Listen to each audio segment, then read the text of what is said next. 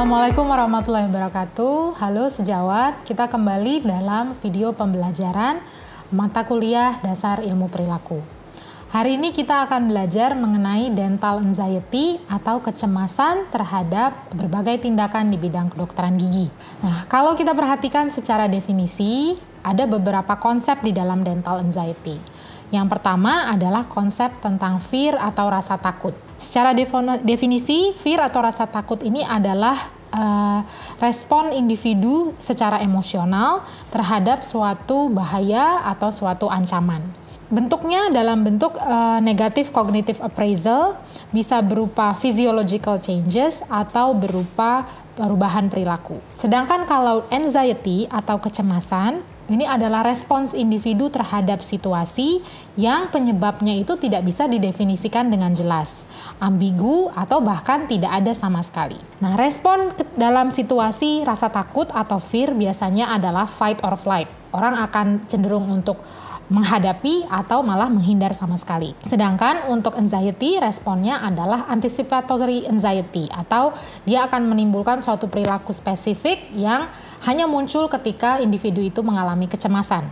Konsep selanjutnya di dalam dental anxiety adalah dental phobia. Dental phobia ini adalah rasa takut yang sangat signifikan dan persisten dan sangat spesifik terhadap suatu objek atau situasi tertentu. Apabila stimulus yang menyebabkan rasa takut itu diberikan, akan menyebabkan immediate anxiety response. Rasa anxiety atau kecemasannya akan muncul segera dan kadang-kadang bisa sangat hebat. Nah, apabila kondisi ini dibiarkan terus-menerus, maka dental phobia dapat menyebabkan gangguan pada role functioning atau fungsi individu tersebut di dalam masyarakat. Dental phobia memiliki karakter yang mirip dengan anxiety dan fear, dan gambaran rasa yang timbul pun mirip dengan fobia yang lain, misalnya seperti fobia terhadap binatang, laba-laba, atau kucing.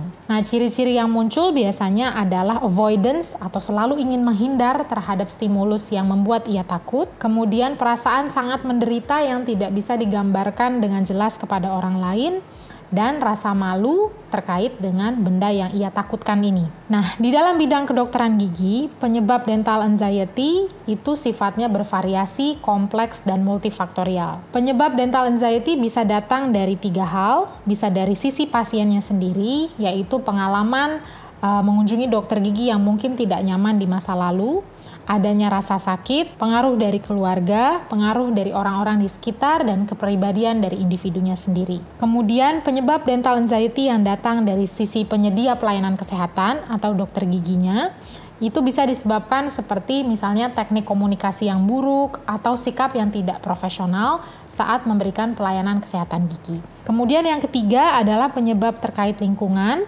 misalnya suara bur yang sangat bising, atau suara pasien lain yang sangat sedang dirawat ketakutan, menjerit, atau bau dari obat-obatan gigi yang sangat khas di klinik gigi, kemudian ketakutan melihat darah dan ketakutan akan jarum saat akan dianestesi lokal. Nah, dental anxiety ini dapat muncul melalui berbagai pathway.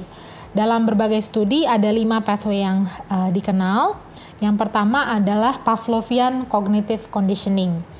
Ini adalah penyebab dental anxiety yang datang dari pengalaman rasa sakit yang pernah ia alami di dalam beberapa periode yang lalu. Jadi pengalaman rasa sakit ini menimbulkan persepsi yang menyebabkan ia cemas atau takut saat mengunjungi dokter gigi. Kemudian yang kedua adalah informative pathway. Informative pathway ini dental anxiety ini datang karena mendengar informasi dari orang lain terkait hal-hal yang menakutkan ketika datang berobat ke dokter gigi. Misalnya kalau disuntik sebelum cabut gigi itu sakit sekali loh. Dia tidak pernah mengalami, tapi dia mendengar informasi ini dari orang lain. Kemudian yang ketiga adalah vicarious conditioning. Vicarious conditioning ini dental anxiety datang ketika misalnya seorang individu mengobservasi atau melihat orang lain yang mengalami kesakitan amat sangat ketika dia mengunjungi dokter gigi. Jadi misalnya dia sedang di ruang tunggu, kemudian mendengar suara jeritan pasien sebelumnya, atau mengamati orang lain yang sedang dirawat yang mengalami rasa sakit. Kemudian pathway yang keempat adalah verbal transmission. Verbal transmission atau threat atau ancaman ini menyebabkan dental anxiety karena dia pernah diancam dengan rasa sakit. Nanti kalau misalnya dicabut, rasa sesudahnya akan sakit sekali. Nah, hal-hal semacam itu disugestikan secara verbal yang menyebabkan ia mengalami dental anxiety. Dan yang kelima adalah parental pathway. Ini biasanya terjadi pada anak. Jadi orang tua yang memiliki dental anxiety atau ketakutan saat melakukan perawatan di dokter gigi, kemudian anaknya ikut bersama dia dan akhirnya dia melihat orang tuanya merasa sangat cemas saat ke dokter gigi dan persepsi itu diturunkan kepada anaknya.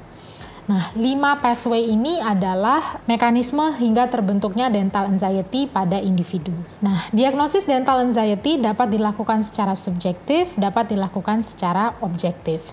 Secara subjektif biasanya dilakukan menggunakan beberapa kuesioner alat ukur. Dan biasanya dental anxiety ini dikategorikan apakah dia dalam kondisi low, moderate, atau high. Ada beberapa kuesioner yang lazim digunakan, misalnya Cora Dental Anxiety, itu ada 4 item pertanyaan. Modified Dental Anxiety Scale atau MDAS, itu ada 5 item. Dan Modified Child Dental Anxiety Scale atau MCDAS. Kemudian Objective Assessment dari Dental Anxiety bisa dilakukan dengan melihat tanda-tanda vital.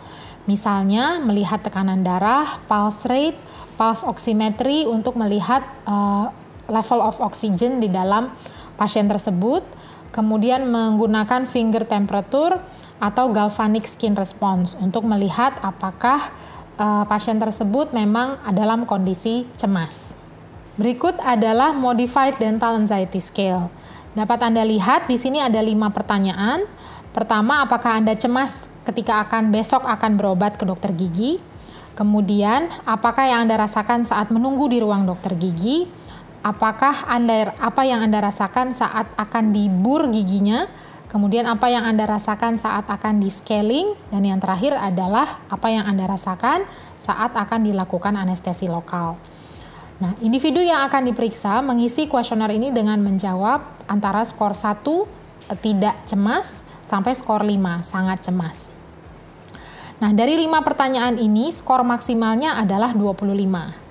Pertanyaan 1-4 dikategorikan sebagai pertanyaan tentang general dental anxiety dan pertanyaan kelima itu terkait dengan needle phobia. Cut off point-nya adalah skor 19. Subjek yang memiliki skor 19 atau lebih tinggi digolongkan untuk memiliki dental anxiety. Nah, ini adalah diagram yang menunjukkan betapa dental anxiety itu adalah suatu problem dalam perilaku kedokteran gigi yang perlu kita perhatikan. Dental anxiety akan menyebabkan avoidance atau seorang individu itu menghindar untuk mendapatkan perawatan kesehatan gigi.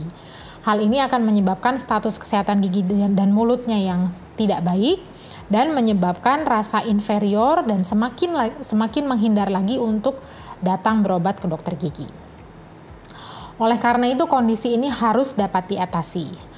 Ada beberapa trik yang bisa kita lakukan untuk mengatasi dental anxiety. Pada pasien anak, pastikan kita mengalokasikan waktu yang cukup untuk konsultasi, melakukan komunikasi efektif, perhatikan pendekatan 4S yaitu sight, smell, sound, dan sensations, distraksi anak menggunakan musik atau video, kemudian pastikan pasien memiliki rasa kontrol terhadap setiap prosedur yang akan kita lakukan, kurangi dan kontrol rasa sakit, gunakan pendekatan CBT atau Cognitive Behavioral Therapy, dan Anda dapat menggunakan beberapa terapi relaksasi seperti Jacobson Progressive Muscular Relaxation atau Pace Breathing Technique.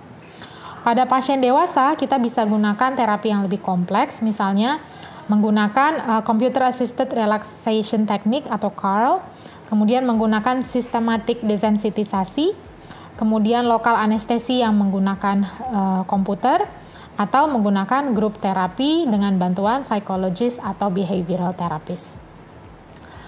Nah, kesimpulannya, dental anxiety ini dapat mempengaruhi populasi dari segala usia dan semua lokasi geografis. Ini akan mempengaruhi status kesehatan gigi dan mulut individu dan akan mengganggu proses pemberian perawatan gigi dan pemberian layanan.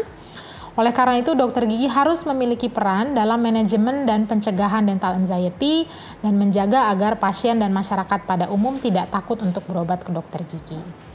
Nah, sekian materi pengenalan dental anxiety kali ini. Anda dapat lihat ada beberapa trik yang bisa kita gunakan pada gambar ini. Salah satunya adalah mendesain ruang praktek menjadi menarik dan tidak menakutkan bagi anak. Terima kasih. Apabila Anda ada pertanyaan, dapat dikirimkan ke email saya di melisa31@ui.ac.id. Kita akan bertemu dalam video pembelajaran berikutnya terkait teori dasar perilaku. Assalamualaikum warahmatullahi wabarakatuh.